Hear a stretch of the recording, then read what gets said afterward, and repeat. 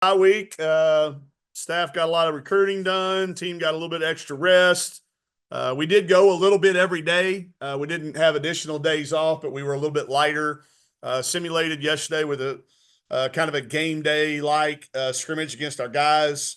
Everybody's healthy. Everybody's available. Hopefully, come out rested and not rusted from the bye week.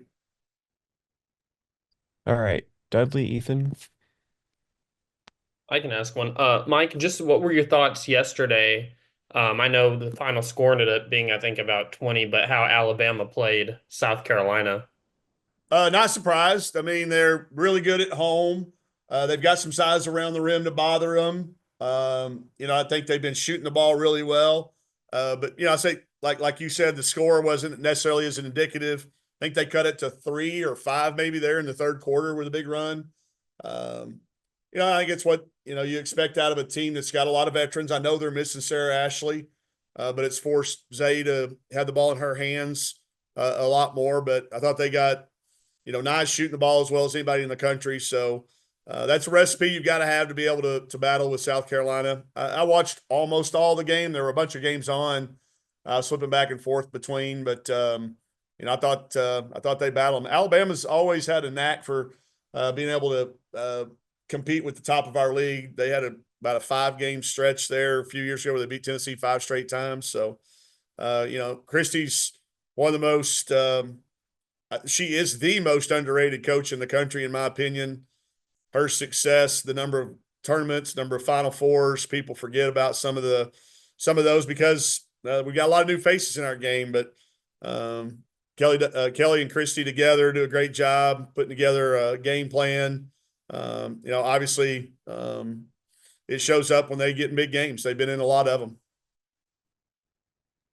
And then wanted to ask you specifically about Zay, because, obviously you're familiar with her just from playing her while she was at Pine Bluff, but what are you seeing that's letting her translate, this play into the SEC? I mean, she started in the SEC at Tennessee and then went to A&M. So I think this is the 4th school I will have played against her at. Played against her at Alabama, played against her at A&M.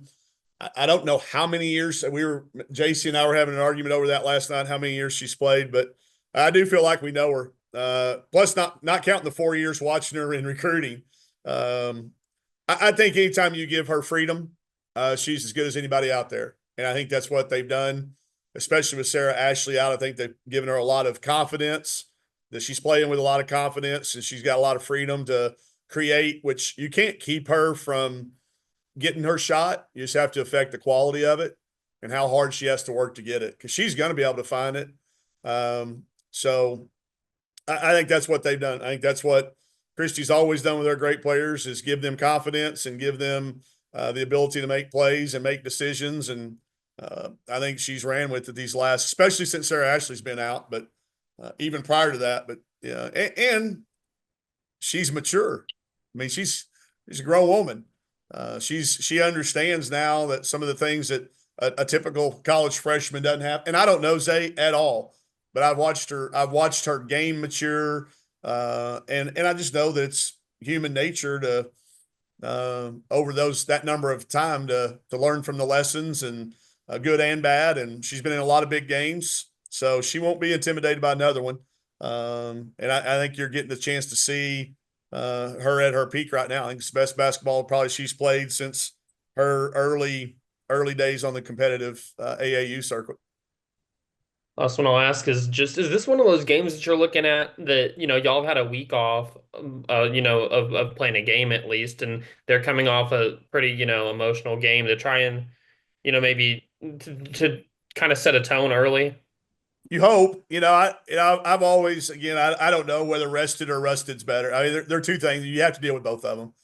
So I do think, I just think we need to play well to start, so it's not rusted. I've gotten past worrying about what the score is, because I know that if we get down 10, we can take a timeout. We're going to be okay. We've done that a number of times. We've also gotten up a little bit and then blown the lead. So I don't have an answer for the formula for that reason, but I do know our kids are resilient in that first quarter. We tried to simulate that a little bit yesterday so it wouldn't be as drastic. come Sunday. It's a late tip on Sunday, so we got even a little bit more extra time. So I hope the crowd gets us through it, whatever it is, whether it's a great start, they keep us going, or if we get off to a tough start, I hope they stay behind us. Had a lot of people reach out for tickets. A lot of people, I think, are a little bit cabin fever. We don't have our men hadn't had a home game in a couple of games as well. I think people want to get to Bud Walton. So I hope our crowd comes out and can help us get through a tough start or carry us if we happen to get off to a good one. Thanks, Mike. You got it. Dudley. Yeah, I was going to ask you about playing Sunday 4, how you like that, but you kind of answered that pretty good. What about health-wise? Obviously, gave Izzy some time to kind of heal up a little bit. Just how's she looking, and the team overall? Yeah, overall everybody's good. There was a couple other Jenna had a little bit of a banged up ankle, and you're getting to that halfway through the year dents and dings and just accumulation of things. So I thought the timing couldn't have come better for us. Most years I look at the bye and it's like, but it coincided also too, Dudley, with the start of school, so our kids got to go to class on Monday without even having practice. And then Tuesday was light. So hopefully got the semester off to a good start. Fell at a really good time.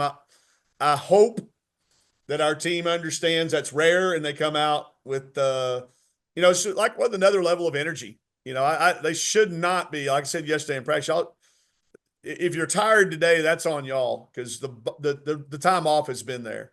Hopefully the mental break from having the preparation and it is another ranked team though. It's another, it's the team that I think Alabama's got the highest expectations they've had in a long time from listening to their press conferences. I'm not a huge fan of Sunday at 4s, but it's because of TV, so it's fine. I think we have our best crowds around 2. So I hope that doesn't keep people from staying out too late after dark. But it probably for our kids probably prefer the 4 because we get to sleep in a little bit and have a shoot around. Sometimes on Sundays with an early tip, we don't have shoot around. So hopefully we'll take all those and use them to our advantage. We'll need every advantage we have to be at home. It doesn't do any good to have a home game if you don't take advantage of the things that make it a home game. Your crowd, the extra time in your bed, the familiarity with everything. So we need everything like that to swing our way to knock off a ranked team. And there's a very fine line between head down and head up. Have you seen head up this week? Yeah. With our group, it's not a fine line. It's one or the other, Dud. I mean, it's either on the chest or up in the air. We don't have that middling thing in us. But it's been good. I think our team, again, because we keep them as informed as we possibly can. We don't try to hide information from them. They know who we've played. I think a lot of teams are going to go 1-3 against the people we opened with. If you look back at it, that's going to happen. But, I hope that has kept our kids' chin at least pointing toward the up part of it. There's enough good happening that it's not fake. We don't have to fake it to keep their head up. And then I think they got a chance to watch games last night and see that, there's some games out there on our schedule that if we continue to play as we have, the scoreboard might reflect something different. There were moments we played with everybody that we've played so far for a period of time. I think they can take that. I think when you go to Texas and you play like you did, and then you see them dismantle other teams, it happens to give your kids confidence. So the chins have been pointed toward the up way, Dud, but it's easy to see our kids. It's one or the other. There's no in between for us. Thanks. Yep. Any other questions? Nope. All right. Thanks, Coach. Thanks, everybody.